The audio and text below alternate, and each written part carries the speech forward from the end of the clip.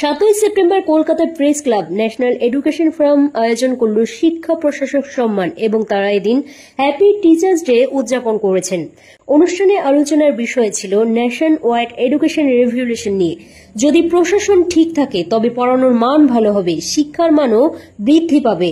অনুষ্ঠানে এ বিষয়ে আলোচনা ছিল বিস্তর। এদিন বিভিন্ন বিদ্যালয়ের সিলেক্টেড অ্যাডমিনিস্ট্রেটরদের নিয়ে গণেশ চতুর্থী পুজোর মাধ্যমে অনুষ্ঠানটির উদ্বোধন শুরু করেন এবং কেক কাটার মাধ্যমে শিক্ষক দিবস উদযাপন করেন। অ্যাডমিনিস্ট্রেটরদের মেমেন্টো দিয়ে রাষ্ট্র শিক্ষা প্রশাসক সম্মান প্রদান করেন। অনুষ্ঠানে শিক্ষার মান উন্নয়ন নিয়ে এবং বর্তমান শিক্ষা পদ্ধতি নিয়ে আলোচনা ছিল। সমগ্র অনুষ্ঠানটি পরিচালনা করেন ন্যাশনাল এডুকেশন ফোরামের joint secretary doctor Gitanjali Mukherjee. এই অনুষ্ঠানে উপস্থিত ছিলেন বিভিন্ন বিদ্যালয়ের অ্যাডমিনিস্ট্রেটর, ন্যাশনাল এডুকেশন ফোরামের joint secretary doctor Gitanjali Mukherjee, 24 hours টিভির সিইও দীপঙ্কর চৌধুরী এবং আরও বিশিষ্ট ব্যক্তিদের উপস্থিতিতে অনুষ্ঠানটি সফল হয়। এটা একটা নেশন ওয়াইড এডুকেশন রেভলিউশন নিয়ে এসছে।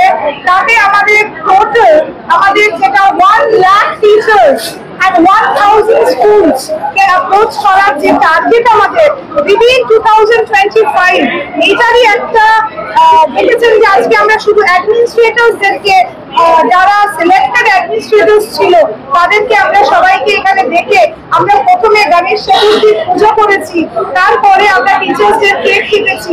and that was the thing, রাষ্ট্রীয় শিক্ষা প্রশাসক সম্মান সাবজেক্ট। রাষ্ট্রীয় শিক্ষা প্রশাসক, যদি প্রশাসন ঠিক থাকে, anything what is administered properly, যেটা অ্যাডমিনিস্ট্রেশন যদি প্রপার থাকে তাহলে পড়ানো ভালো হবে, শিক্ষার মান উঠবে।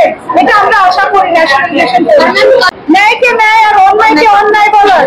আর সেখানে আমি বোধহয় বললাম, শুরুই করেছি আমার মাকে দিয়ে, যে প্রথম কথা উনি বলতেন যে ভয় পেও না। আজকের মেসেজ এটাই যে সমস্ত টিচার, সমস্ত স্টুডেন্ট,